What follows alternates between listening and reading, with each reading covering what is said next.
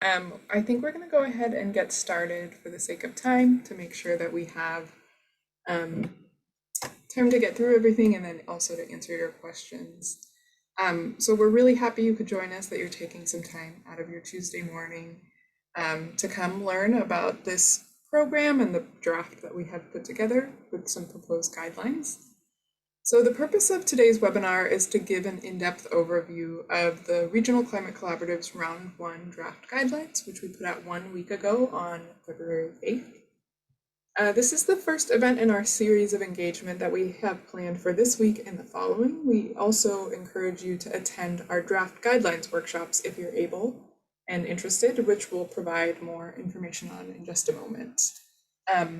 And then also wanted to note that while we really welcome any feedback that you have on the guidelines that you want to share in the chat, today we won't have time to ask for or answer feedback, and hope you can either attend those workshops that we'll share about in a moment, or send in your public comments to ta@sgc.ca.gov to make sure that we fully capture your feedback. Do encourage you all to ask questions as we go in the chat today. We'll try to answer them as others are speaking and presenting, and can try to make sure that we're going along, but I'll get to more of the details on that in a moment. Next slide, please, Lois.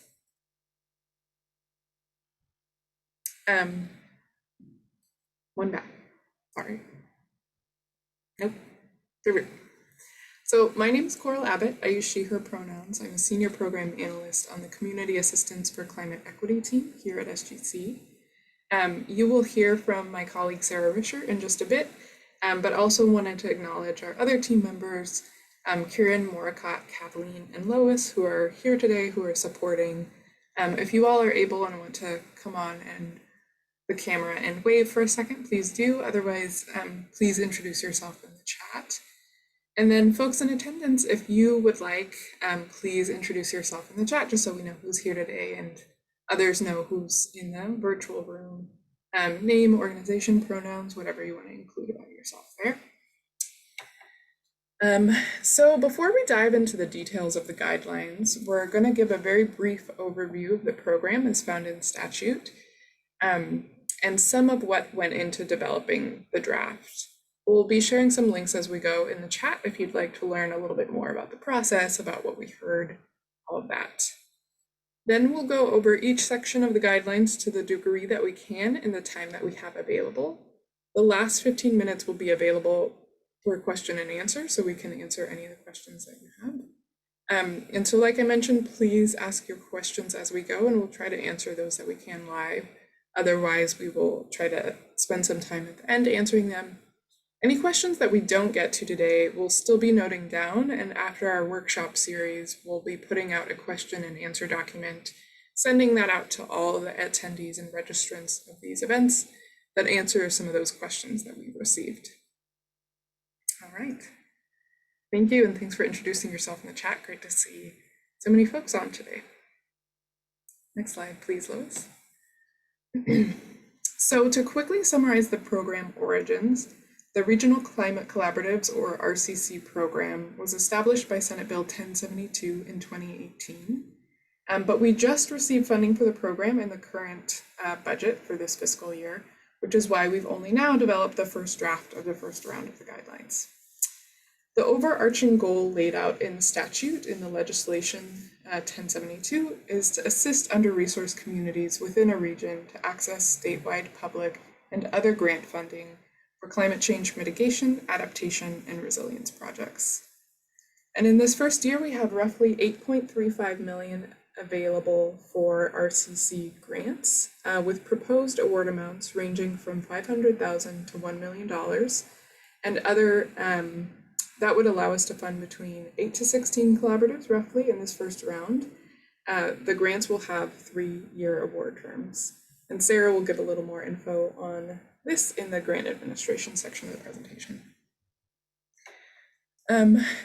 Next slide, please. So unlike some of SGC's other grant programs, RCC is a capacity building grant, meaning we won't fund hard infrastructure, but will instead be funding the work needed to happen for communities to be able to successfully apply to and implement funding for those types of infrastructure programs.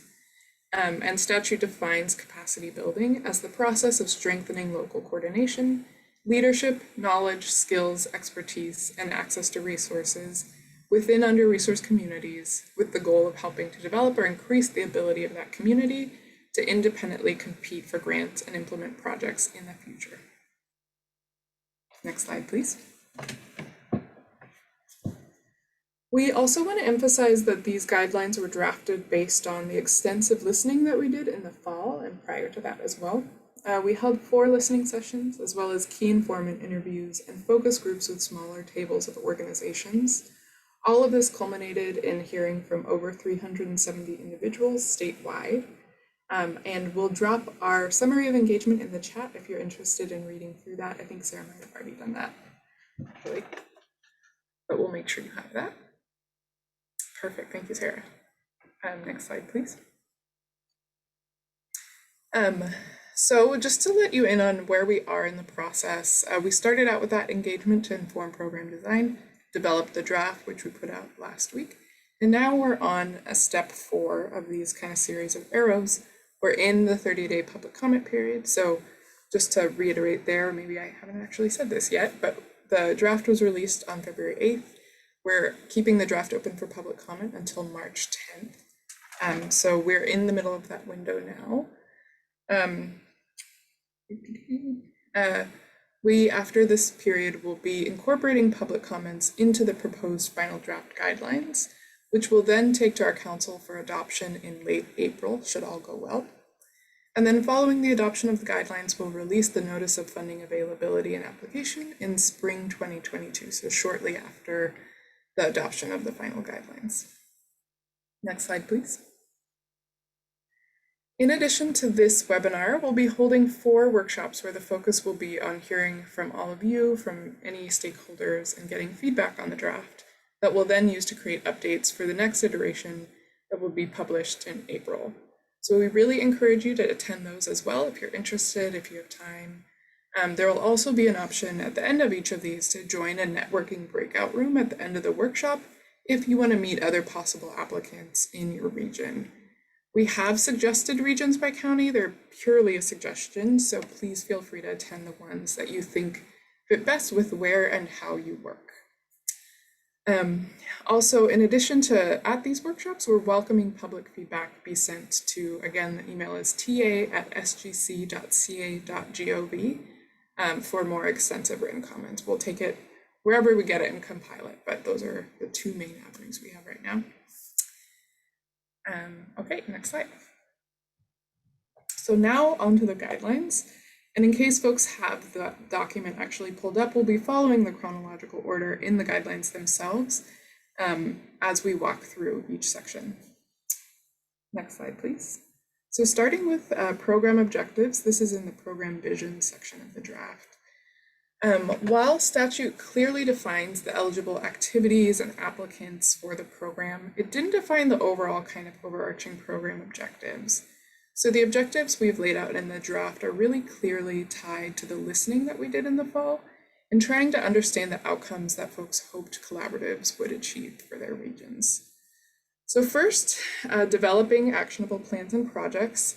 This is focused on ensuring the proposals would lead to the development of local plans and climate change mitigation, adaptation, and resilience infrastructure projects that can be implemented. This is really the underlying goal of the program overall, and this one is pretty clearly tied to the statute in addition to what we heard in our listening. Second is to build social infrastructure, so showing how activities will build relationships that are enduring and trusting across members of the collaborative and other entities in the region. This emerged in our listening as something that folks saw as a common barrier in trying to collaborate on grant applications or other initiatives, the lack of those trusting relationships that could continue. And I think here, what's particularly important is trying to collaborate on grant applications or initiatives in a way that allows for community prioritized projects to get funded. Which is a good segue into the third priority, which is to center community engagement and decision-making. So we want to ensure that this work is conducted alongside and in partnership with the residents of the communities that grantees will be focusing on. We touch on this in different parts of our guidelines, but an important piece to note here is that collaboratives should be thinking about what organizations and possibly individuals need to be a part of the application team in order to make sure this can be achieved. So rather than thinking one entity can kind of take this on and do it with no experience, no relationships with community, making sure that the collaborative itself has representation of organizations that already have ties to community and have been doing this kind of work. And then finally, developing equity-centered processes. So one thing that we heard strongly in our listening was that a best case scenario outcome for this program would be to shift the way that projects are developed and implemented so that community-based organizations, residents, and other groups that are not centered or sometimes left out of the planning and development of projects, infrastructure projects, climate projects, end up with shared decision-making power in projects that will impact them. So really sharing power across different entity types with residents in these regions. And one thing that we want to note here is that we expect grantees to demonstrate how they'll achieve each of these objectives through the application they put together and submit. So kind of told holistically is the current proposal.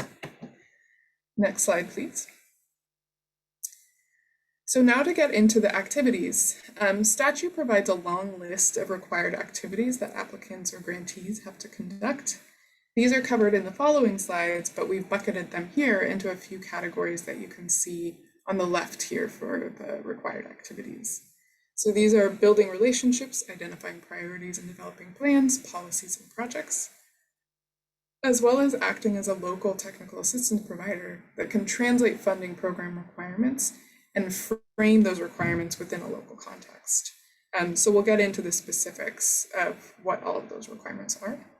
And then we've also added two additional categories that we're proposing applicants set aside funds for both evaluation and peer-to-peer learning as well.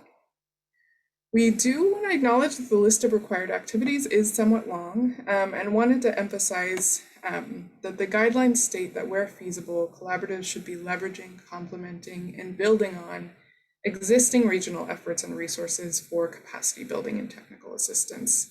So the whole scope of work, the long list of activities, does not need to be and should not be starting from scratch. Also important to note here is we're not requiring a minimum number of hours be allocated to any specific activity. The goal should be really to demonstrate how the activities will be building capacity and allocating hours and funding based on the need for that activity. If there is a case where it truly seems unnecessary to invest in a particular required activity, applicants will need to consult with SGC to get sign-off on excluding that activity from their scope of work, and that's actually stated in statute. In addition, based on public listening, pivoting over to the column on the right, we heard from applicants that there are a couple of other activities the grant should be funding, including data collection and analysis, and education and training. So I'll dive into all of these now. Next slide, please.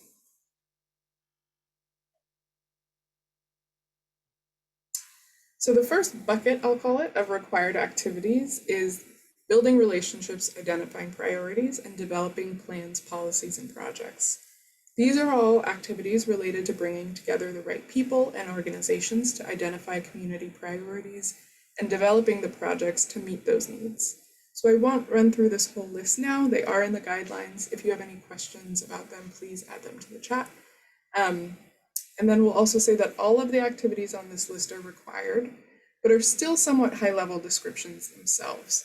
So we're anticipating that applicants will build out what each of these activities will look like in the context of their own regions and communities and the needs that exist there. Next slide, please. So the second bucket of required activities is to supplement program-specific TA and act as a local technical assistance provider that can translate funding program requirements and frame them within a local context. These speak more to the role of collaboratives in providing technical assistance to organizations within the region that are seeking to get projects funded and providing them with the training, the knowledge, the project management support, and other support that they need to help them successfully apply to grants and successfully implement projects. Again, these will look different depending on the local context, and we want to encourage folks to build off of any existing work that's happening in their region that would fit well into these activities for your scope of work. So if there's an organization that has been leading, for example, just kind of pulling it out of a hat, greenhouse gas emission reduction quantification and how that is done, that is something that could be leveraged in an RCC application in this kind of bucket of activities. Next slide, please.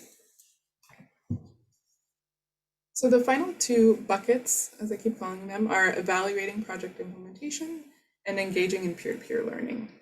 So we don't have external funding for a program evaluator, which means that we are proposing applicants set aside some of their own budget and time within the grant term to fund that.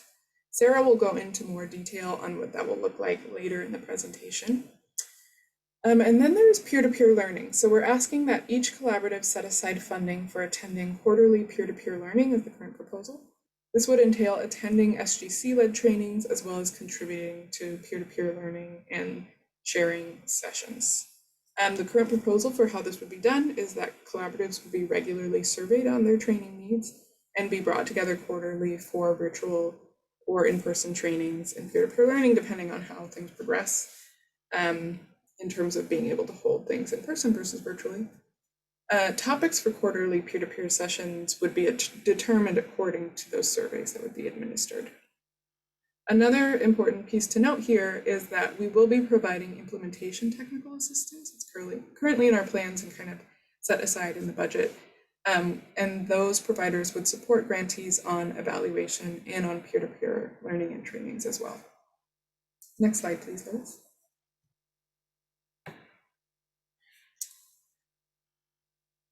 So in our listening sessions, we heard that there were still some additional activities beyond what statute requires that would really help applicants to build their capacity to do this kind of work.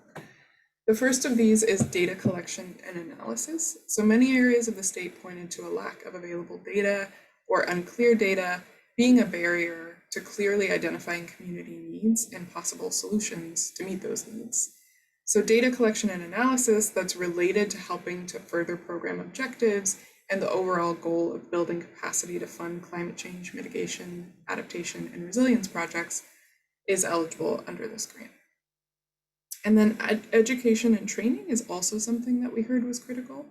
The distinction we tried to create for education versus training is that education is for more curriculum-based courses, potentially using a cohort or class model, whereas a training we're kind of thinking of as a single topic overview or deep dives for whatever the necessary organization or people that are looking to build knowledge in that topic or on a certain resource. But the key point is both would be eligible under this program. Next slide, please. So we've proposed several deliverables in the guidelines. The first of these is the action plan, and this should be used to organize the work of grantees at the beginning of the grant term and build off of the scope of work and the collaborative stakeholder structure to create any additional detail that's needed on roles and responsibilities, timelines, and more granular tasks for each proposed activity. And evaluation plans would also be a required component of the action plan, which again, Sarah will cover the evaluation in a moment. And then there's the capacity building toolbox. This is a deliverable that would be created throughout the grant term that would be finalized at the end of the grant term. And the focus is on communities within the collaborative's region having resources available to sustain capacity building work. So taking all the kind of materials and other outputs from the grant, pulling in other resources that maybe already exist that can act as an ongoing resource for capacity building beyond the grant term. And then finally, there's the annual report.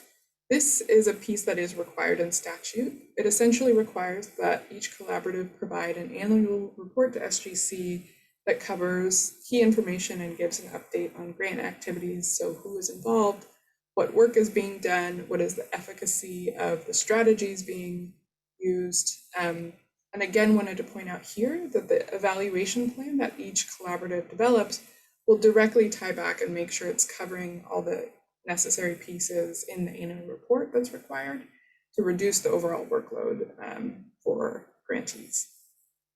And then finally, we included in the guidelines and want to reiterate here that any tribal data or knowledge can be excluded from reporting in order to maintain confidentiality, one that is desired by the participating tribe.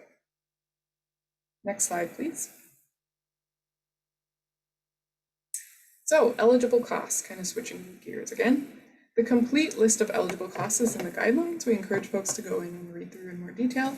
But the broad categories are staff, administration, and travel, tools, subscription, and software, and a list of costs related to engagement, outreach, education, and training. These costs were selected based off of kind of best practices from other similar programs, as well as what we heard were necessary in our engagement. We want to highlight here that the allowed indirect cost rate for the grant is 30% or less. So that is the cap on indirect costs that we're proposing.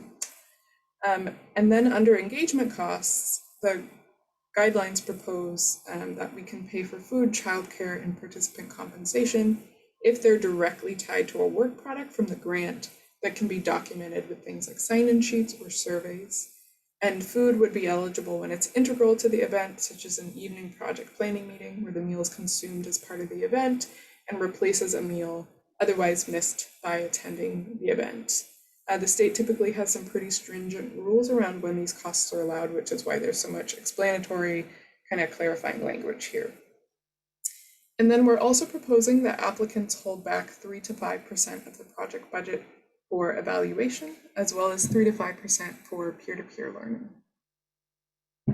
Next slide, please. So to touch quickly on the ineligible costs, these include any indirect or direct construction costs. So this grant cannot be spent on any earth-moving projects, no shovels in the ground to build anything. And then on the community engagement front, the funds cannot be spent on direct cash benefits or subsidies to participants, alcohol, participant incentives like door prizes, or general meetings not related to the implementation of RCC. Next slide, please. So we've been talking about under-resourced communities, and to clarify, these are defined in statute as communities that qualify as disadvantaged communities according to the Cali PA designation, or communities that qualify as a low-income community per AB 1550, or communities with a median household income less than 80% of the statewide average. So the map on the left shows what that map looked like a couple of years ago. Some important things to know is that Cali PA is currently undergoing a revision of their disadvantaged community designation. If that is released prior to our guidelines coming out, we will be using that definition and incorporate those. And then regardless of what definition we're using there, we will be putting out a guidance document for folks that can help you identify if your community qualifies as under-resourced. So to pivot then into the project area, for the project area, we're proposing that folks focus on a minimum of 2 under-resourced community census tracts for their collaborative. These selected under-resourced communities would be where there is significant place-based work being done to engage community members, identify priority projects, and develop local plans. However, we're also expecting that collaboratives will be conducting some of their work at the regional scale and connecting the place-based work of the selected communities to the broader region. So we're asking applicants to identify what their broader region project area is as well, that they intend to work in, and are currently proposing this be a maximum of 8 counties. So to clarify, if an application team wanted to select 2 counties for their broader region, they would not have to work with every under-resourced community within that region and could instead focus their work on 2 or more specific census tracts within those 2 counties. A large part of the reason for this breadth of scale is because we heard from stakeholders in different parts of the state about limitations in strict definitions being used. So an example is that rural area census tracts cover much larger areas than urban ones, And priority climate issues differ widely in the geographic area that projects could be implemented on. So for example, local urban greening projects occurring at a neighborhood scale fall under climate change mitigation, resilience, adaptation, but so do really large-scale rural forestry projects. And so for that reason, we're putting the focus back on applicants to make the case for working with the communities that they've selected and in the overall region that they've selected, and how it will help them build capacity on both the community and the regional level. Next slide, please. So to elaborate on what this looks like a little bit more, collaboratives should conduct work at a place-based level of under-resourced communities within the region, and then should be connecting that work done at the local level to regional initiatives. Additionally, the under-resourced communities within the region should be communicating and collaborating with each other and leveraging each other's work when possible. So this graphic is trying to show here how these different communities that might be selected within the broader region are working across and with each other, as well as with the regional initiatives kind of at the core. Imagine arrows going back and forth everywhere, like real collaboration across. We did try to make it look that way, and it looked a little difficult to follow, so went with something simpler, but that is really the message we're trying to get across here.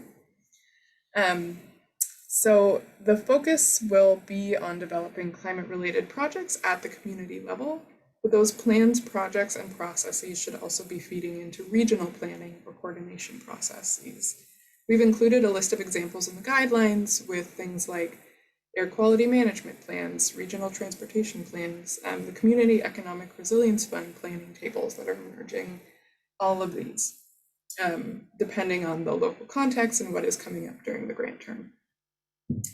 At the same time, we hope that regional entities will also be lending their support and expertise to the under-resourced communities within the region through providing the resources they have to smaller organizations, providing technical assistance on specific elements of plans or policies, and supporting in other ways as needed.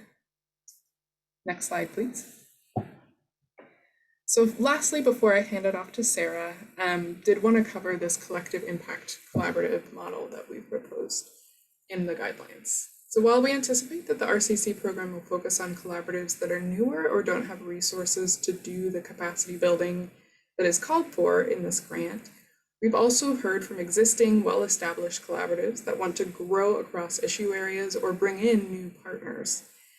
These would still be eligible to be funded under what we're calling the collective impact collaborative model.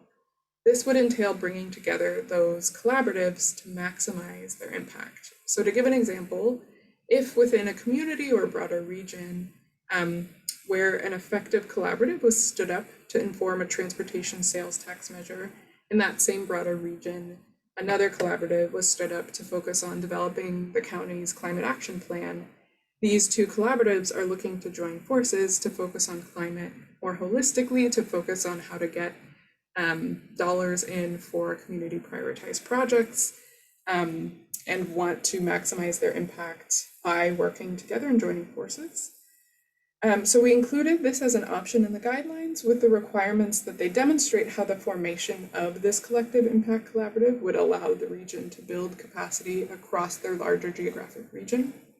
And then we'd also want to see best practices for this approach be documented to be able to pass on to folks who might want to try this approach in the future, and to ensure also that resident-centered processes are developed or strengthened as they make a move from separate collaboratives to a combined one involving more communities. And the current proposal is that we would fund up to 3 of these collaboratives. So with that, I will pass it over to Sarah to talk through the collaborative stakeholder structure. Awesome. Thanks so much, Coral. And hi, everyone. My name is Sarah Risher. I'm a program analyst on the Community Assistance for Climate Equity team, which is the team building out this program. So I'll just jump right into my segment. The eligible applicants are listed in our enabling statute. So those are community-based organizations, nonprofits and foundations, small businesses, local government agencies, joint power authorities, tribal governments, and other organizations with a history of providing community-based outreach or technical assistance. And this last one is a bit of a catch-all and might look different depending on your community or regional context. And possible examples can be a resource conservation district, a faith-based organization, community college, land trust, et cetera, whoever is playing that outreach and TA role for your community. Next slide.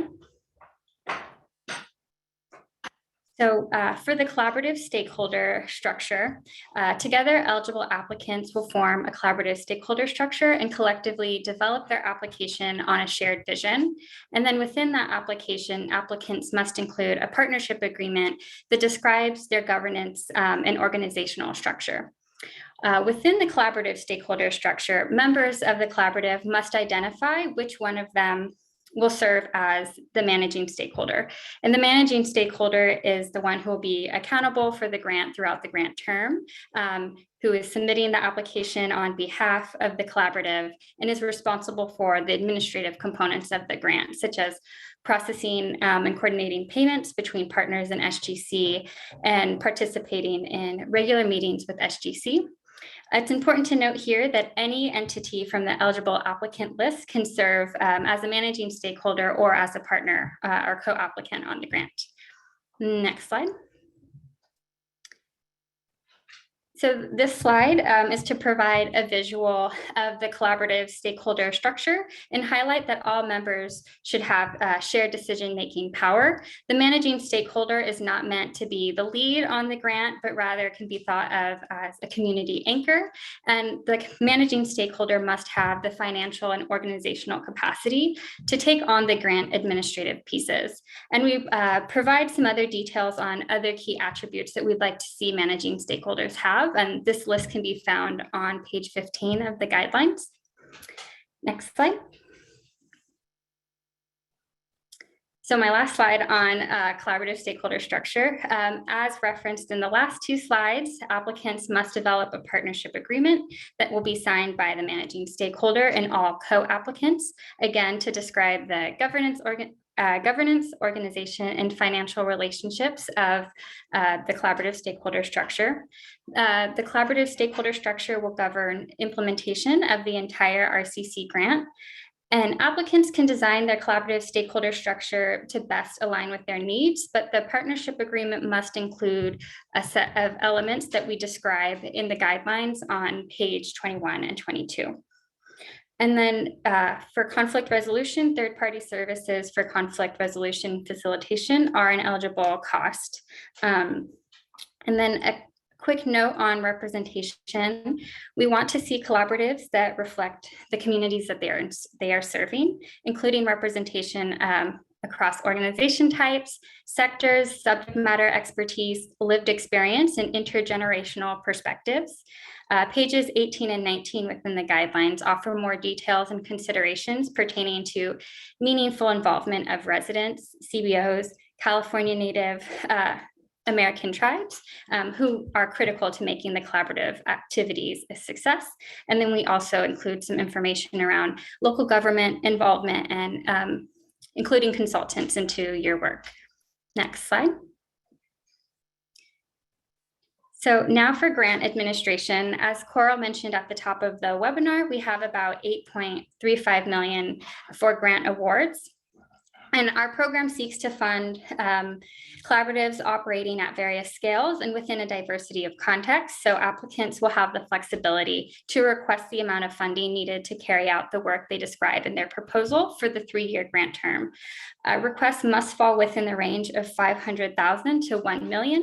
And we offer some key considerations when developing your project budget on page 19. I do want to note here that exact award amounts provided are contingent on the competitive selection process.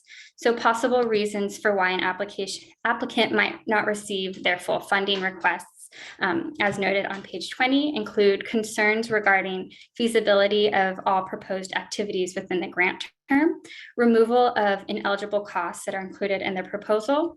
And then lastly, if funding remains after awarding the highest scoring applicants, partial awards may be made to the next best scored applicants. And then for advance payment, we're very excited that we're able to offer advance payment. And some of these provisions are still in development in coordination with the Department of Finance. But we are able to advance 25% of the grant award, which can be spread out across multiple payments. And then the rest of the grant award will be dispersed through a reimbursement system. And it's very important for us to ease administrative burden. And so we will work with each grantee to determine their own reporting and invoicing our payment frequency. And then for TA, as Coral mentioned, all collaboratives will receive implementation technical assistance, and this will be both from a third-party technical assistance provider and then RCC program staff as well. And our grant agreement template is currently under development and will be ready in our proposed draft of the guidelines. Okay, next slide. Okay, so evaluation. Applicants will be required to incorporate evaluation within their scope of work. And the purpose of this is to enable grantees to better monitor impact, assess alignment with program objectives on an ongoing basis, and ensure that collaboratives are meaningfully serving their under-resourced communities. And then a routine evaluation will enable collaboratives to course correct in real time. In the application phase, applicants will be required to provide a narrative description of how they envision constructing their evaluation process and how they'll use those findings. But the bulk of the evaluation work won't happen until the grant agreement starts. So awarded collaboratives will receive support from program staff and the TA providers to develop evaluation plans and assess the progress throughout the grant term. And this will be using metrics that are required for the annual report, which is described in detail on page 25, as well as metrics that will be co-created by the collaborative and SGC. And then to support the development of these metrics, each collaborative will create a logic model for the 4 program objectives. And then this table here on your screen shows what each of these categories entails. And again, collaborators will receive additional guidance on how to complete these 4 logic models when creating their evaluation plans. And then there's more details on the intention behind the logic model on page 23. Okay, next slide. Okay, so for the thresholds and application process, we're currently envisioning that we will have a 2-phased application process. So a concept phase, which will consist of a review of threshold criteria and initial narrative responses. Page 26 in the guidelines provides our threshold tables. And then after reviewing concept submissions, SGC will provide feedback on ways to strengthen the application for the full application phase. And then we're currently in the process of developing the work plan and budget templates that will be included in the proposed draft that we will take to our council in April. Okay, next slide. All right, this is the last slide for me, and then we can go to Q&A. So for scoring criteria, with the scoring criteria, we are looking at how an application responds to these different elements here listed on your screen that are within the guidelines. And in addition to coming up with a work plan and budget that seem reasonable and effective to accomplish the scope of work that's proposed. And it's important to note here that we have yet to assign any significant weight to any of these elements, which is something that we're very much seeking input on during this public comment period. So we want to understand which of these elements should be weighted, or how these elements should be weighted in comparison to one another. So I think that's all from me, and can turn it back to Coral for the Q&A.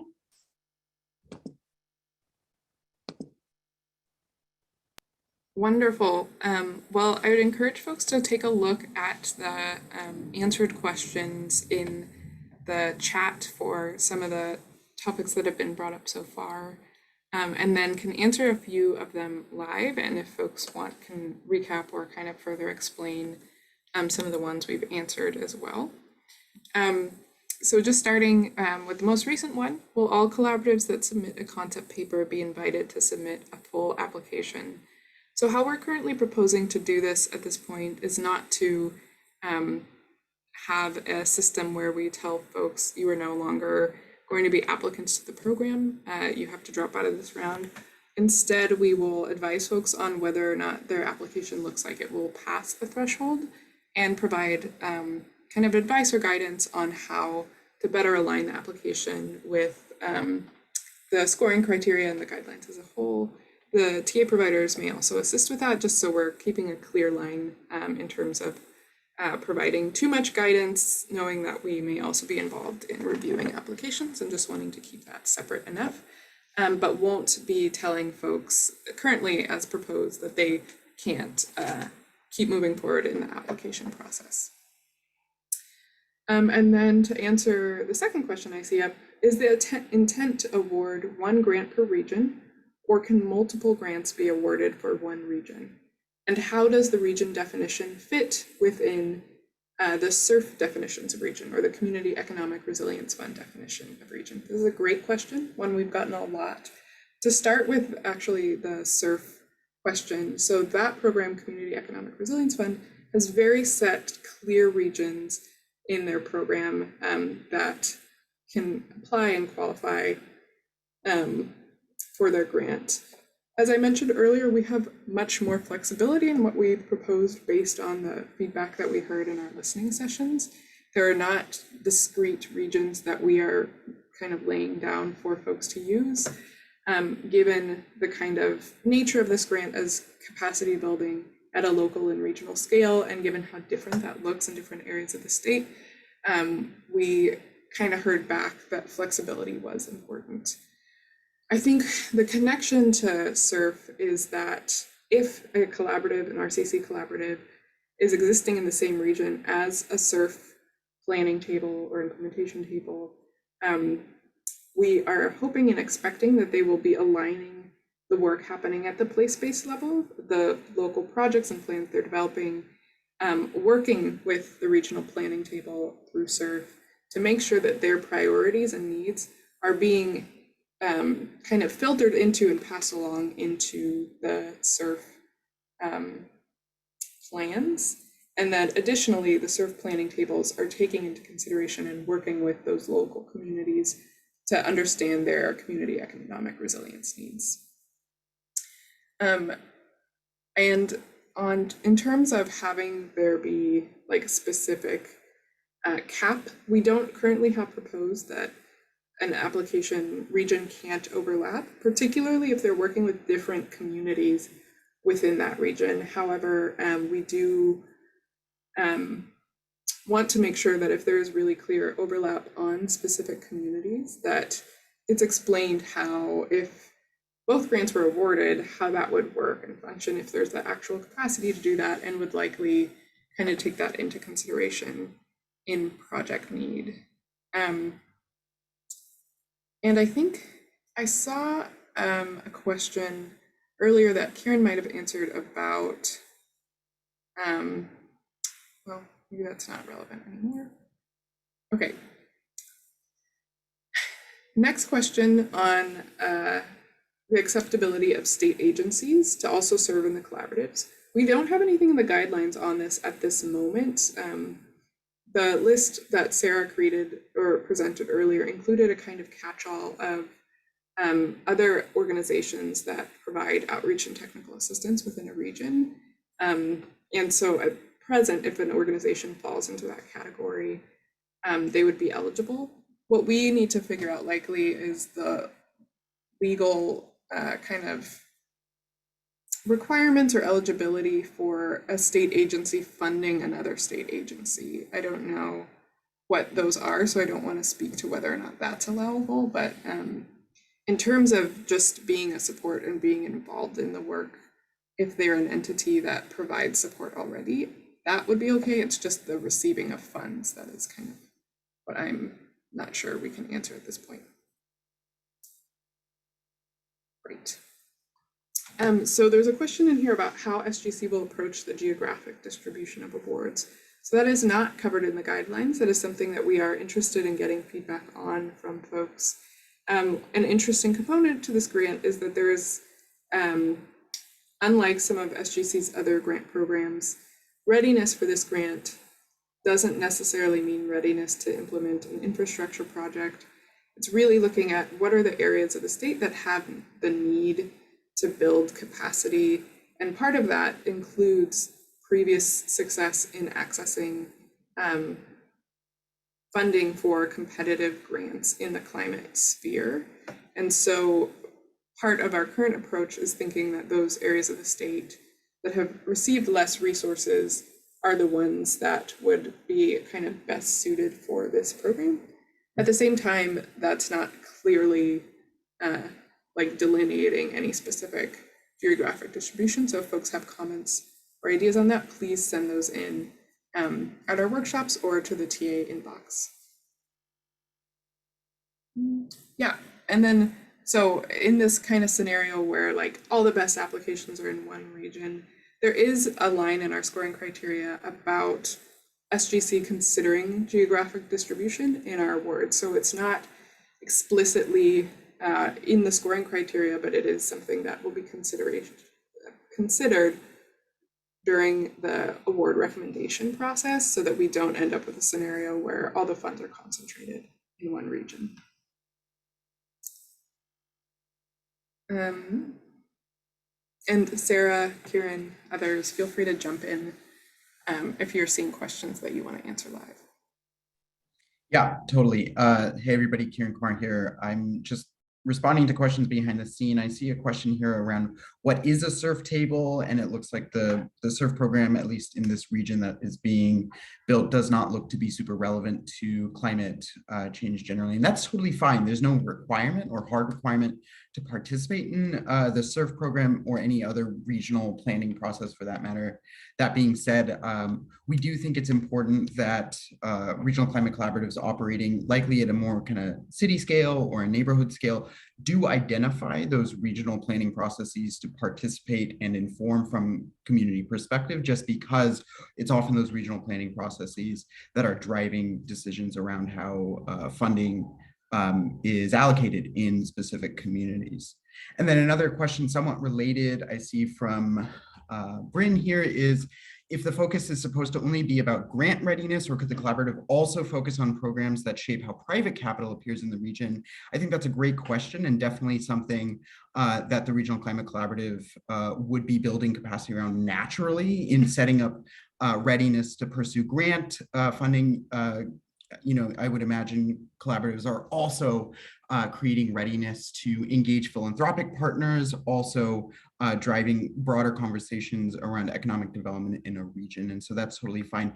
The goal, kind of a major goal and objective of the program, though, is that collaboratives are setting up or moving towards readiness around grant funding. And so I wouldn't say it's something that the collaborative should not focus on, but instead it's a kind of an additional thing that is, I would see as a natural progression of the work and something that collaboratives can absolutely focus on.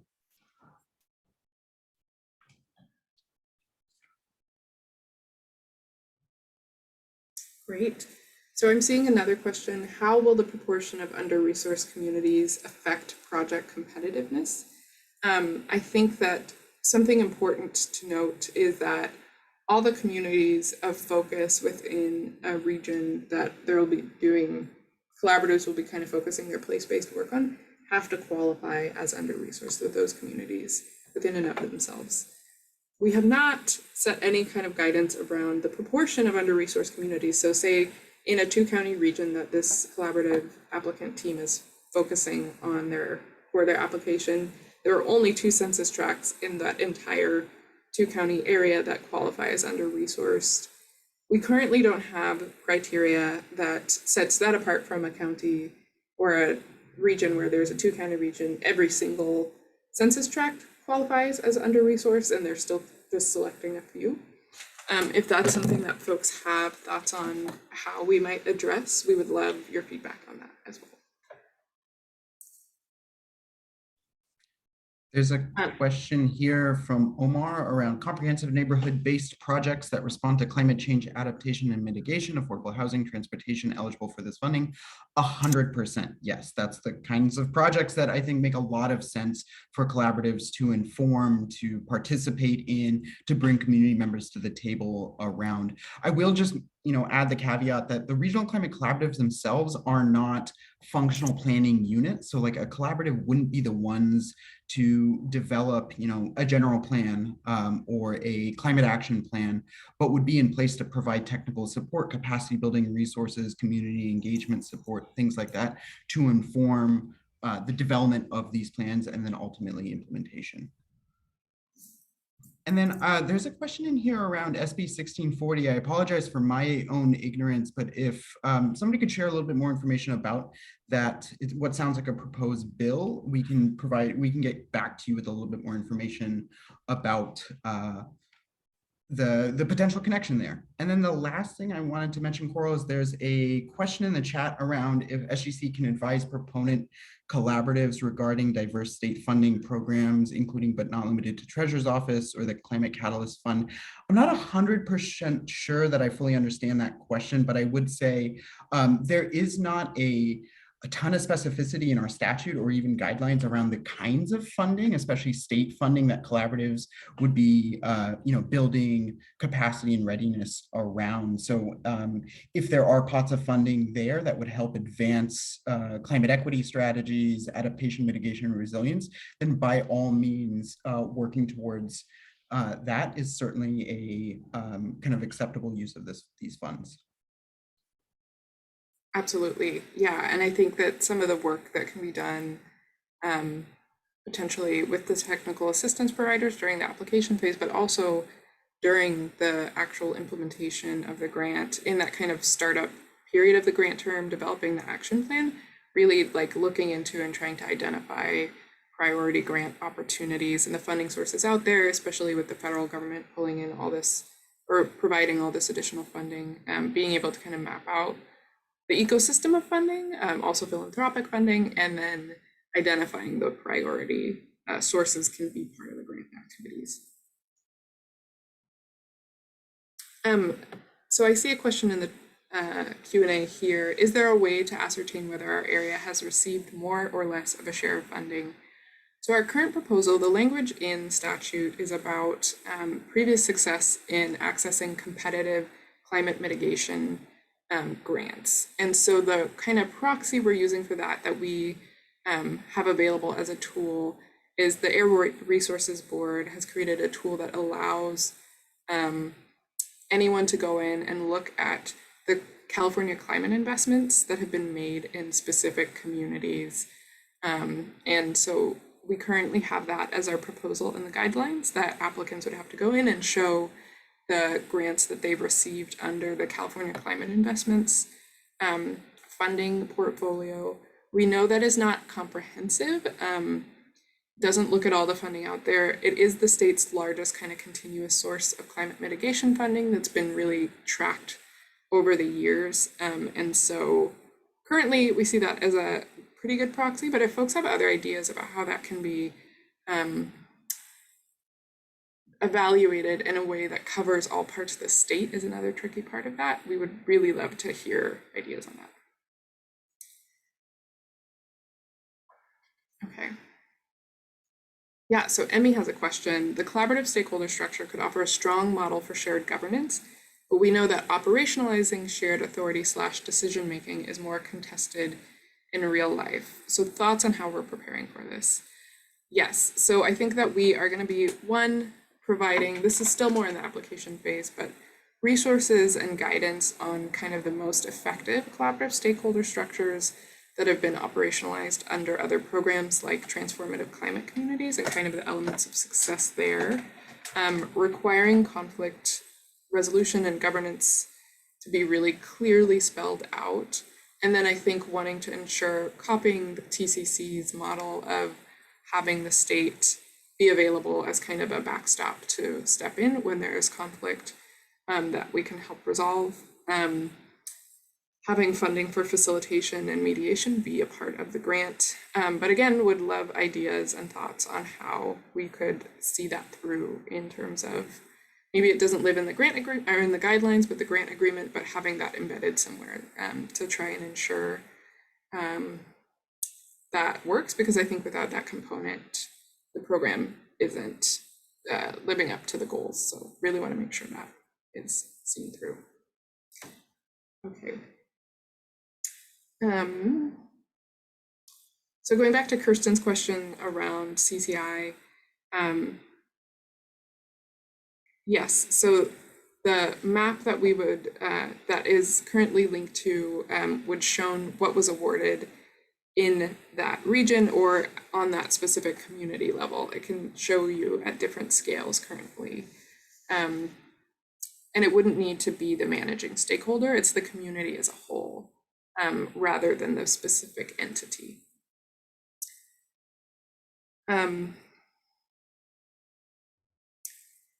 Yeah, so if the CCI project map shows that there's been a ton of investment in a particular community, a lot of like really high dollar infrastructure investments, we're not saying that community wouldn't be eligible, but it wouldn't score as highly in project need. In terms of the areas of focus, really wanting to have this grant serve areas that have had less success in accessing the available climate funding that's out there. And then we have a question about technical assistance and how technical assistance will be available for all applicants. So currently we're hoping that that will be possible. I think we need to get more into the details of what that will look like. Likely there will be a kind of evaluation of what the needs are of particular applicants and having there be kind of scales of support provided based on need. That makes sense. And then there's a question, how do you envision this program might work with OES and FEMA HMGP grants? Sarah, I'm actually wondering if you want to answer that one, if you have thoughts. I know you've thought some about how OES work. Yeah, I think that this program can certainly help communities prepare and applying for and accessing some of those funding resources, and then also implementing those resources, especially applying that equity lens from this program to ensure that those dollars from OES and FEMA can be targeted to the most under-resourced communities that are at greatest risk for disaster.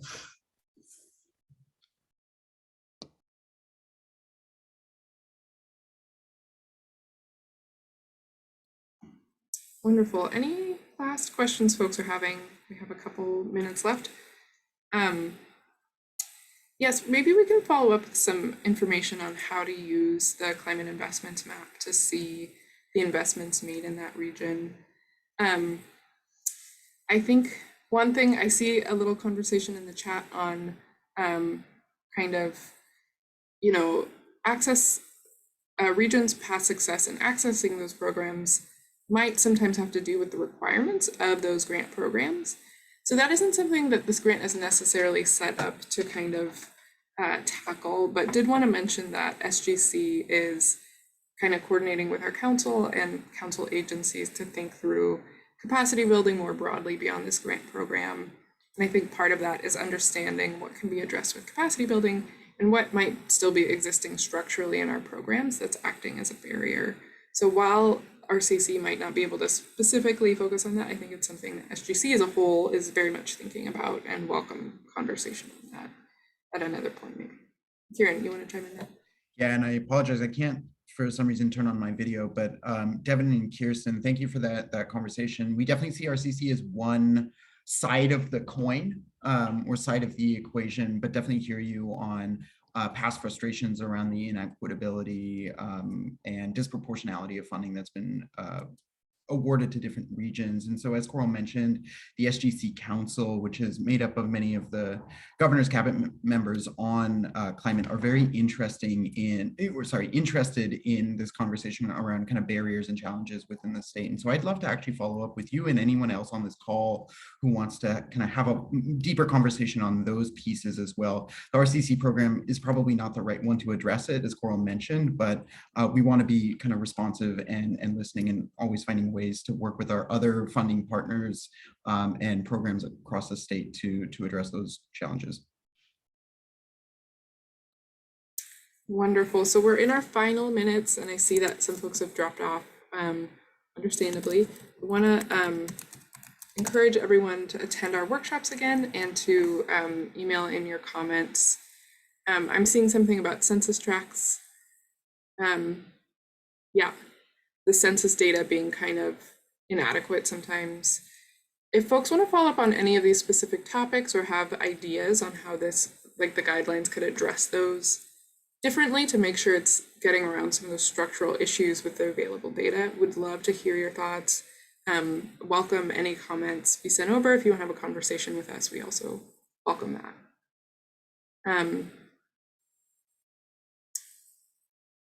Wonderful, yeah. Thanks so much, Ashley. We'll take a look at that. We will be following up with the slides and actually the recording. So if you want to watch us talk through this again, you absolutely can. And we appreciate you all being here today. And please want you to follow up with any other thoughts or ideas and hope to see some of you at the workshops. We're excited. Thank you all. Will the questions and comments be published as well? The questions we receive today and throughout our public engagement period will be in our responses to them. Mm-hmm.